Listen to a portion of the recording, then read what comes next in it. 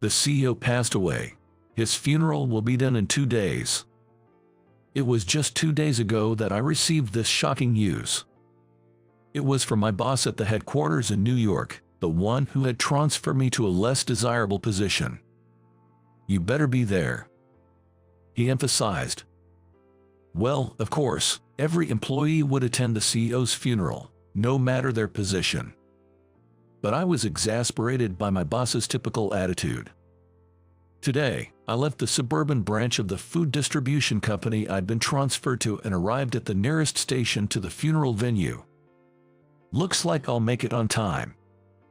As I was thinking that and about to pass through the station gates, I spotted a woman struggling at the ticket booth, pushing a wheelchair. The station attendant, who looked like she was about to approach, seemed somewhat reluctant. Upon closer inspection, the woman had foreign features, perhaps Vietnamese. In the wheelchair was a young girl, also with Vietnamese features, possibly in elementary school. Mother and daughter, maybe. I was curious, and as I casually approached them, I realized they were speaking in Vietnamese. Actually, I had majored in Vietnamese as my secondary language in college. Though it was just a secondary language, I had taken proper courses and even got certified. I also had experience working at a Vietnamese restaurant. Thanks to being surrounded by native speakers, my speaking skills were decent. Given my background, I decided to approach them and asked in Vietnamese, "Is everything all right?"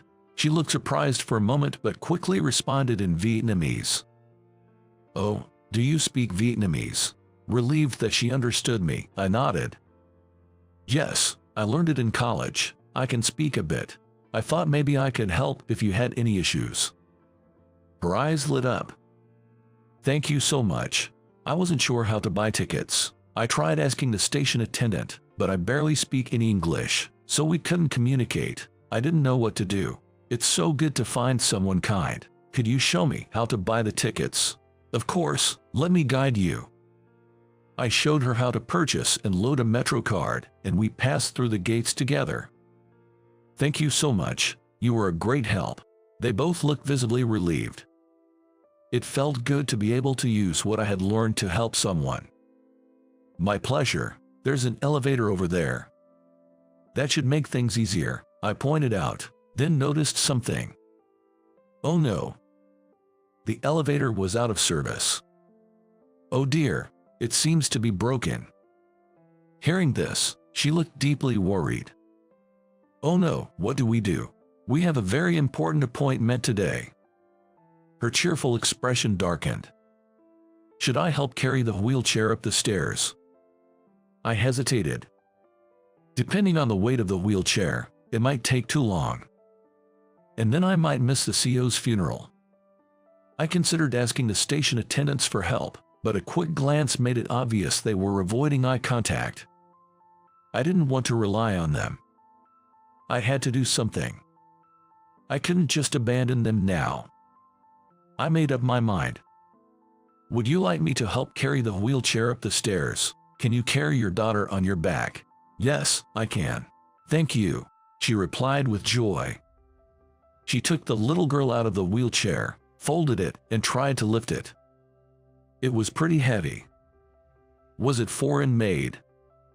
Or are American ones this heavy too? I haven't lifted any other wheelchairs, so I couldn't compare. Gathering strength, I somehow managed to carry it up the stairs. "Are you okay?" Even though she was also carrying her child, she kept checking on me. "I'm fine. Aren't you the one who's got the heavier load?" Trying to appear calm, I continued up the stairs. "I'm good. I'm used to carrying my daughter." As she smiled, we reached a landing halfway up the stairs and decided to take a break. "I'm sorry for asking now, but do you have time? I'm worried if you were in a hurry to." "Well, actually, I am kind of in a rush." I briefly thought of my boss, replied with a wry smile, and she looked alarmed. "Oh no, please, go on ahead without us." Even though she said that, there's no way I could leave the mother and child alone on this landing. She definitely couldn't carry the heavy wheelchair up by herself. No worries. Helping you too is more important. Please let me assist you all the way. Checking the time, it seemed I would barely make it to the funeral. After resting and regaining some strength, we continued up the remaining stairs. You can do it. Thanks, mister. The daughter cheered me on. Finally, we made it to the top. We made it. We're here. Thank you so much for helping. We truly appreciate it. The three of us shared a moment of joy on the platform. Just then, a station announcement sounded. The train will be departing shortly. Oh no, I instinctively started to run, but the train doors closed and it took off. This is not good. I needed that train to make it to the CEO's funeral on time. Now I'd be late. I'm so sorry. It's my fault you missed the train. Seeing my distress, she kept apologizing, but I didn't want to make the two of them feel bad. It's okay. Things will work out, I said, trying to reassure her with a smile. While waiting for the next train, I called my boss, but there was no answer. Mixed feelings of relief and anxiety welled up. Once the daughter was back in the wheelchair, we sat on a bench, and I decided to ask a question that had been on my mind. Do you two live around here? We actually just moved here after getting married, but there have been some complications. She hesitated to continue, so I quickly said, "Oh, it's okay. You don't have to talk about it. Sorry for asking." Time ticked away. The next train was in 15 minutes. I sighed, thinking about how my boss would scold me. The thought of being scolded by that boss again made me stressed.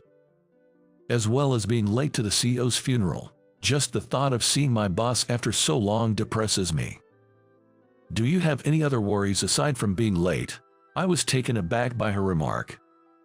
I wouldn't usually open up, but I was at ease and began to share little by little. I'm sorry for sighing like that. The thing is, I faced some unfair situations at work and was transferred to a branch in the suburbs. I initially had a stable job at the headquarters. That's really sad to hear. It might be strange to say this to someone I've just met, but my boss pinned his mistakes on me, and that's why I'm in this current state. I'll have to see him again soon, and that's been weighing on me. Haha, I'm sorry for sharing all this, but no one ever listened to me before. No, it's okay. You helped us out. The least we can do is listen. She smiled warmly. It's a bit embarrassing. I've never shared my work complaints with anyone before. Before I knew it, I was sharing what I had been holding in for so long. I probably wanted someone to listen. Words came pouring out, much to my own surprise. I guess my boss didn't like me, so he falsely accused me of making errors and intentionally got me transferred to a suburban branch right when things were looking up for me at the headquarters. That's unfortunate. I'm sorry I can't help, but thank you for sharing. She whispered sadly. Just think of it as a regular murmur of an employee. Just talking about it feels like a weight has been lifted. I regretted burdening her with my problems. Wanting to lighten the mood, I changed the topic. I actually have a dream. I want to produce frozen foods for foreigners living in the US, something authentic that reminds them of their homeland. But I can't do that at the branch I'm currently at.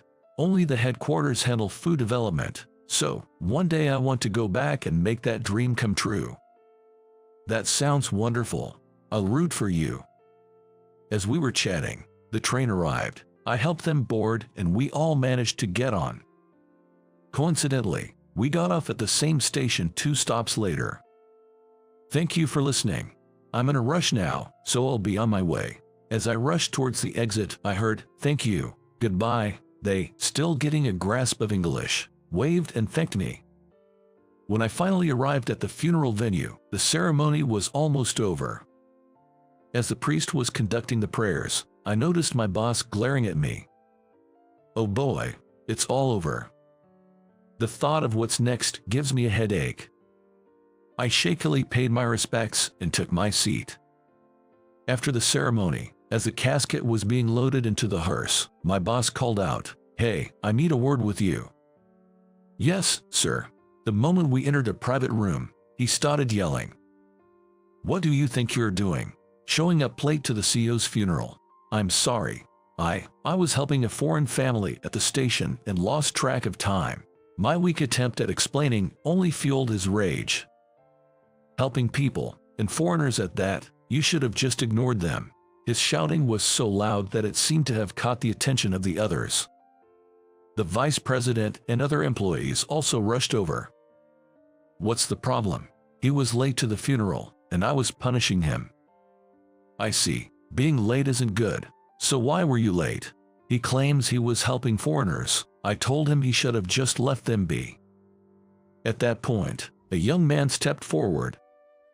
Wait a minute. What's this about helping foreigners? The boss looked annoyed.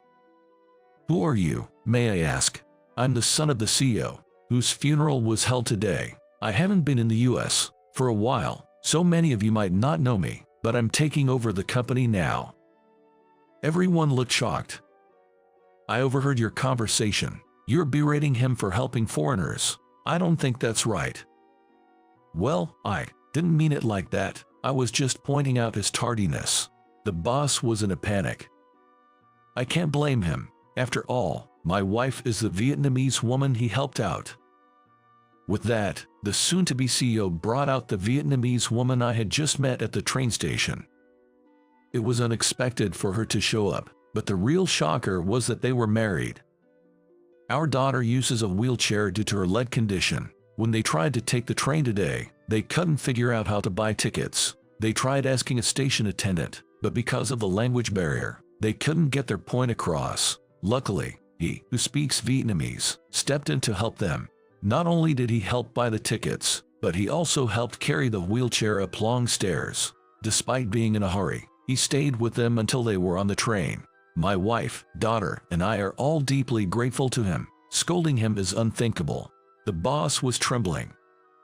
I had no idea. I'm so sorry. But the future CEO was livid. That's not all. You've made some pretty derogatory remarks about foreigners, haven't you? Our company plans to produce more and more products for an international audience. It's problematic to have someone with your mindset. Maybe you don't belong here. Please, don't say that. But his pleas were in vain. I heard you even resorted to foul play to get him transferred out. You don't need to come into the office anymore. I can't believe this. The boss had just been fired on the spot.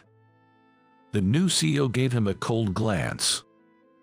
On the other hand, he had warm words for me. Thank you for helping my wife and daughter. I intended to drive them here myself, but things came up and they had to take the train. I know about the transfer too.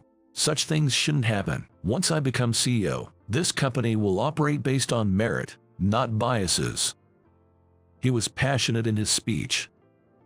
I heard you speak Vietnamese.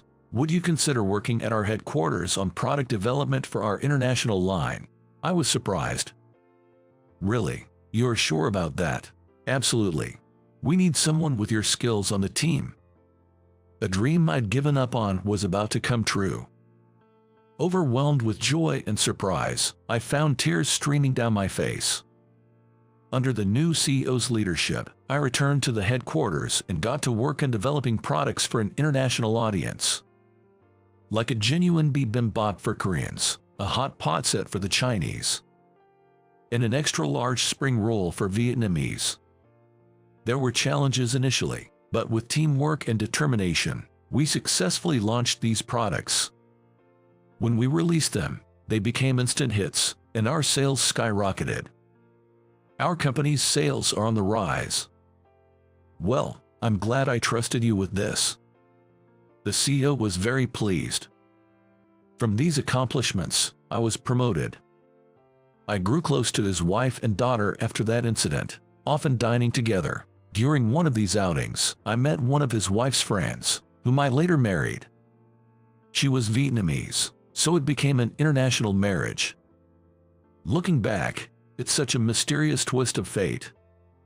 I'm so glad I took that leap of action that day. Holding my child, I reflect on those moments. I have to keep working hard to ensure happiness for my wife and child, and continue my commitment to product development. You'll be the future CEO. The CEO once joked during a company gathering. I knew he was joking, but those words mean a lot. And I wonder if there's some truth to it, since no one else has been told that. It's a secret source of motivation for me. I'm determined to continue making products for him and for this company. And that's what I intend to do.